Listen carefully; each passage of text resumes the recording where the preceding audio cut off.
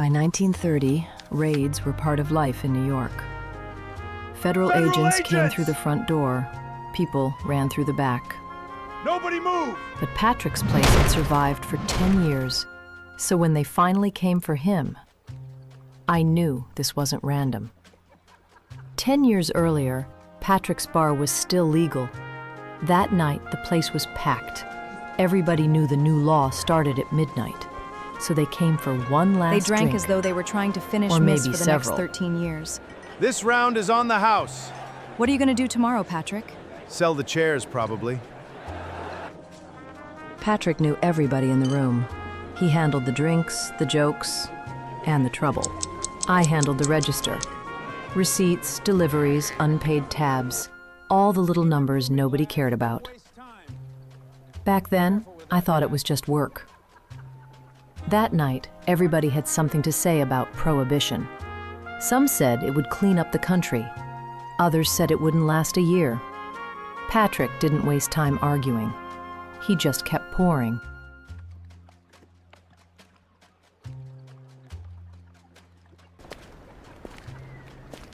And there I was, back in New York again. I came through this city more often than I ever planned to. That morning, I saw the federal cars first. They went straight for Patrick's bar. No questions, no warning. Then the door came down. Patrick had survived 10 years. So why come for him now? I wouldn't find the answer yet. But by then, I had learned not to ignore the question.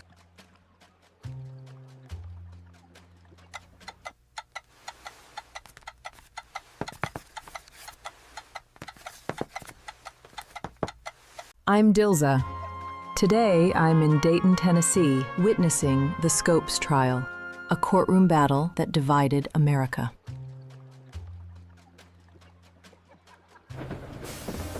Dayton, Tennessee, a small town, a national sensation. Aqua Hotel? Get in. You always pick up strangers? Only the ones going my way. Reporters, preachers, tourists, monkey souvenirs, everywhere. This wasn't a local story anymore. America was already watching. The closer I got to the courthouse, the hotter it felt, and not just because of the weather. The whole town was waiting for a fight. Inside, the courtroom was packed. Every bench was full. People stood against the walls, leaned through the windows, and fought for every inch of air. Please rise. Let us begin with prayer. Every day, more people came. Reporters, spectators, preachers, and somehow, even more heat. The courthouse couldn't hold them. People packed the hallways, crowded the windows, and stood outside just to hear a few words. It's the trial moved outside. And suddenly, the whole town became the courtroom. By then, America had already split into two camps. It is written in the Word of God that the scientific evidence cannot be denied. We must stand on the absolute of the Bible. Reason and educationally shows to guide us. And that divide didn't stay in the streets. It moved straight into the trial. On one side, Clarence Darrow for the defense. On the other, William Jennings Bryan for the prosecution. They weren't just arguing over one teacher anymore. They were arguing over who had the right to shape America's future. After all the questions, the shouting, and the heat, the court still had to decide one thing. Did John Scopes break the law? The court finds the defendant guilty. Guilty. I watched one word end the trial, but not the argument. Back in my hotel room, I crossed out "A Teacher on Trial" and wrote "America on Trial." Then another story caught my eye. A young heir and a train heading west. My time in Dayton was ending.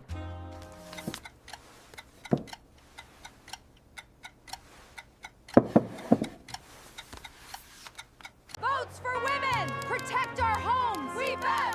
In those days, the fight over the vote wasn't only happening inside the Capitol. It was happening in the streets, between friends, inside families, across the whole country. I stood with the women wearing yellow roses, trying to keep my hands steady. Then Dilza, I saw my write it sister. down. She was standing on the other side, wearing a red rose. We had grown up in the same house, but that day, we stood in different Americas. Vote no! But the truth is, this story began long before that day. I came to Nashville to see my sister. That's all I thought this was. She was glad to see me. Her husband was polite, a little too polite. Near the Capitol, women were already organizing. The whole state was starting to choose sides. I didn't know yet how close that fight would come to home. My sister had a nice home. Everything looked fine. At first, Your sister says you've always had a head for figures, kept track of everything since you were I helped a a girl. friend keep the books at his bar. Delivery slips, nothing fancy. I wasn't asking you. later that night, my sister came upstairs. That was when she finally told me the truth. My sister had pictured a different life. It just hadn't turned out that way. I didn't know what to say, so I stayed with her. The next morning, I started work at the family office. Back at the bar, I kept track of drinks and receipts. Here, I had to learn what the numbers actually meant. Policies, premiums, claims. At first, it was all just paper. Then I started seeing patterns and noticing what didn't add up. Across town, women were learning how government worked. They were learning how to vote.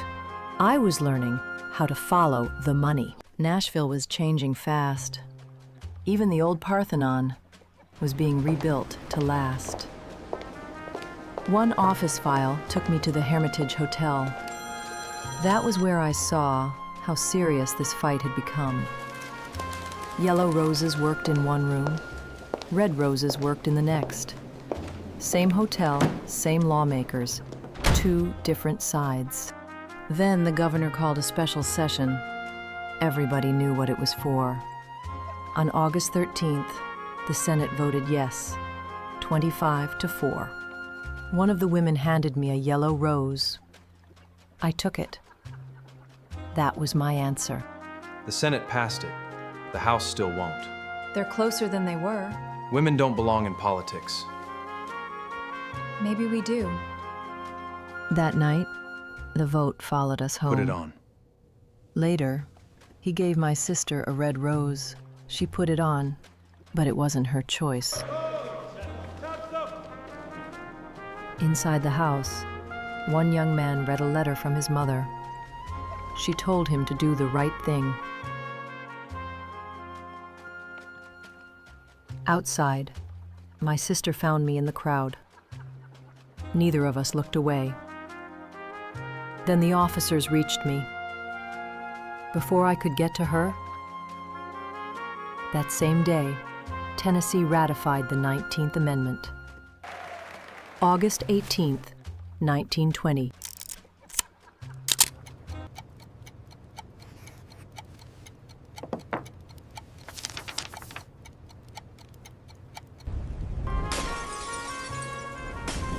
That was when the fire stopped looking accidental.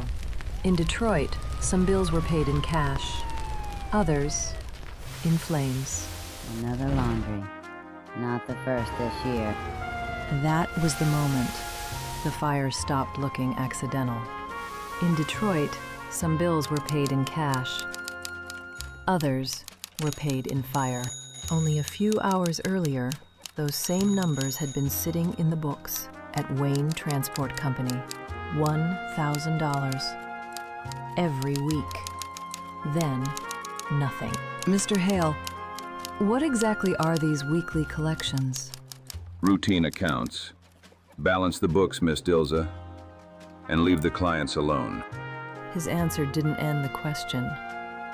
It made the question more important. hear about the laundry on Grand River? Fella stopped paying his dues. Word is he's gonna regret it. Ain't my business. Long as my route's clear, I don't ask questions.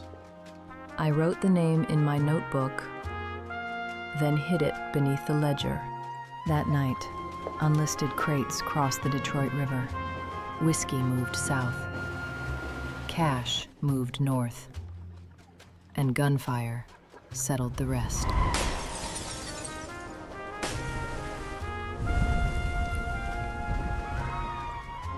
Extra, extra! Read all about it! Milleflores massacre shocks Detroit.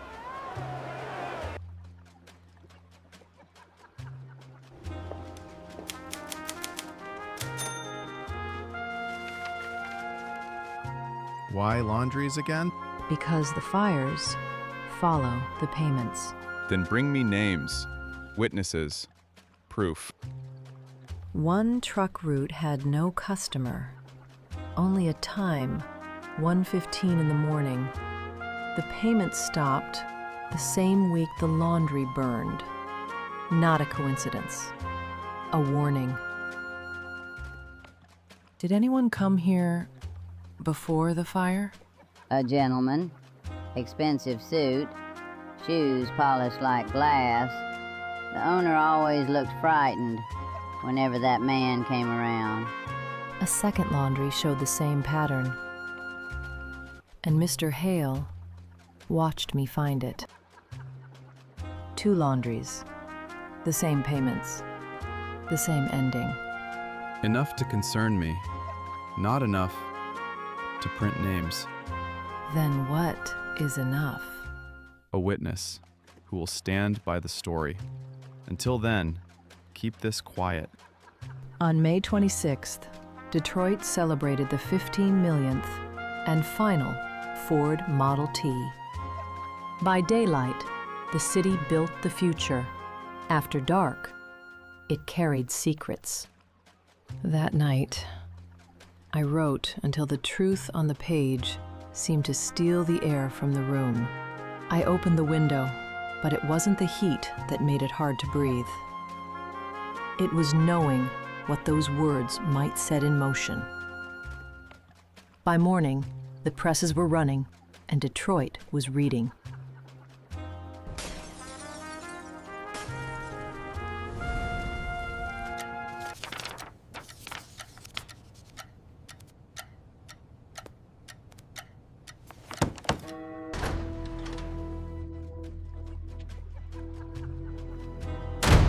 I'm Dilza. Let me show you my story.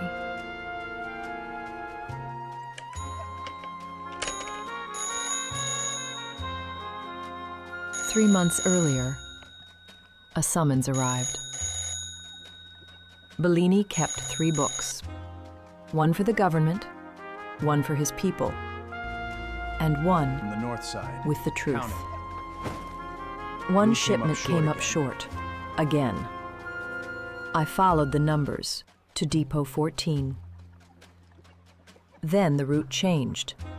The Canadian border was closed, again. So I recalculated everything. Then, a file reached my desk. Federal agents, and one familiar name, Harold Pruitt. Miss Wayne, Beside his how do you name explain the difference between the was reported Bellini's actual payment. turnover of the Cicero Made Avenue before warehouse. Patrick's The difference comes raid. from goods written off as damaged during storage. I have the reports. After that, the watchers stopped hiding. That night, I opened my real notes and made my decision. 2 books, one to protect me, one to bury Bellini. Take every book, put them in the safe, now. A He thought he bookkeeper was who doesn't hiding the prepare her own truth. exit is a bad bookkeeper. He gave me a place to leave it. I placed the A book good inside accountant doesn't steal money. and closed the door. A good accountant steals time. By morning, Part of the shipment. Quietly. Separate invoice. Only I know where it's going. Only you. And the one waiting for it in Nevada. the safe was open. Bellini was finished. Pruitt, Bellini, Patrick. At last, the pieces connected. New York was where my journey began. Nashville was where I found my own voice. Dayton showed me a nation divided. Detroit taught me to look beyond a single crime.